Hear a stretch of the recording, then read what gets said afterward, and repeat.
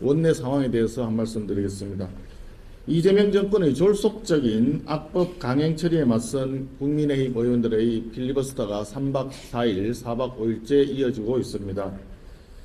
어제 더불어민주당은 국회 정관법 개정안 필리버스터에 들어가기 1시간쯤 전에 돌연 수정안을 국회 본회의에 제출하겠다면서 필리버스터 중단을 요청해 왔습니다. 그런데 이 수정안이라는 것을 살펴보니까 개선이 아니라 개악이었습니다. 오히려 필리버스터를 해야 될 이유가 더 늘어났습니다.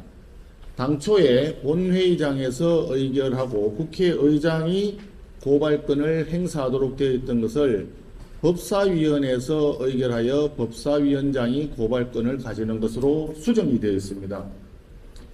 우원식 의장에게 주려던 권한을 빼앗아서 추미애 법사위원장에게 주는 더 센 추미애법을 제출한 것입니다. 그리고 사실상 다수당만 위정죄 고발권을 행사할 수 있고 소수당은 위정죄로 고발할 권한마저 봉쇄하는 고발권 독점 조항까지 추가했습니다. 완전히 일당 독재를 하겠다는 것입니다. 초등학교 학생들 학급회의도 이렇게는 하지 않을 것입니다. 입법이 애들 장난처럼 진행을 하는데 국회의 오랜 관행이자 굉장히 중요한 정신은 합의 정신이었던 것으로 기억합니다. 다수당을 지지하는 국민이 있고 소수당을 지지하는 국민이 있지만 대화와 타협을 통해서 이 모두를 아우르는 합의안을 도출함으로써 많은 국민들이 공감하고 지지하는 그런 정책 방향을 도출하는 것이 그동안의 국회의 본질적 기능이자 합의 정신의 발현이었습니다. 국회에서는 다수결 원칙이 중요합니다. 하지만 다수결 원칙 못지않게 중요한 것이 소수 의견 존중, 소수 의견 배려입니다.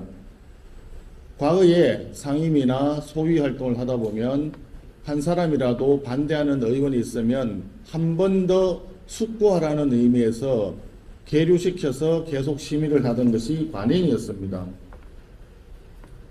법사위에 숙려 기간을 두도록 한 것도 마찬가지 입장입니다.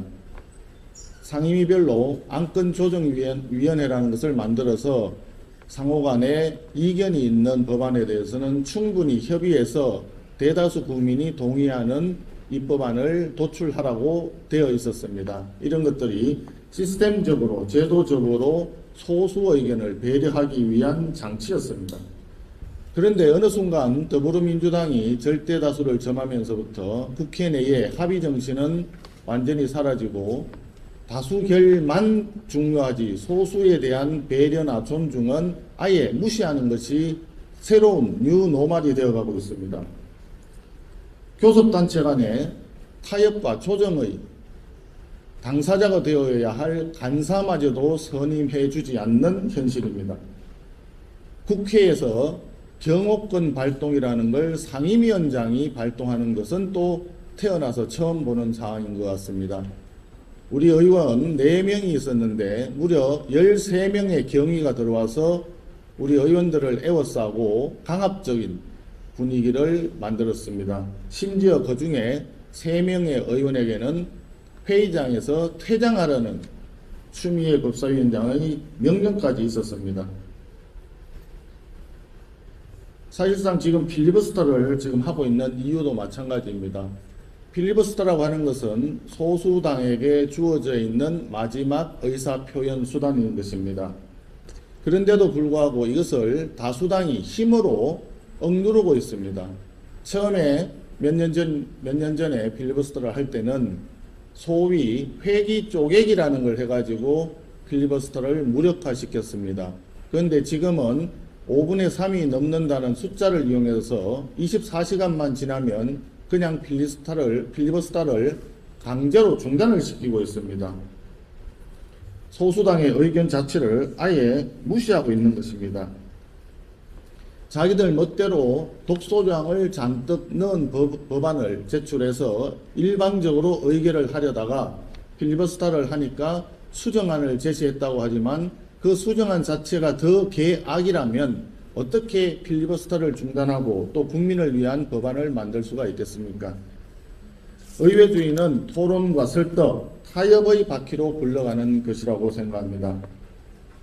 그동안 대한민국 의회가 국회가 문을 연 이후에 수십 년 동안 선배들이 힘겹게 쌓아 올린 피와 땀으로 쌓아 올린 의회 민주주의 그리고 법치주의의 벽돌을 하나씩 차곡차곡 쌓아 올린 것을 한순간에 지금 허물고 있는 것입니다. 무너진 의회 민주주의 정상화는 필리버스터 제도의 정상화와 아울러 법사위 정상화에서 시작해야 합니다.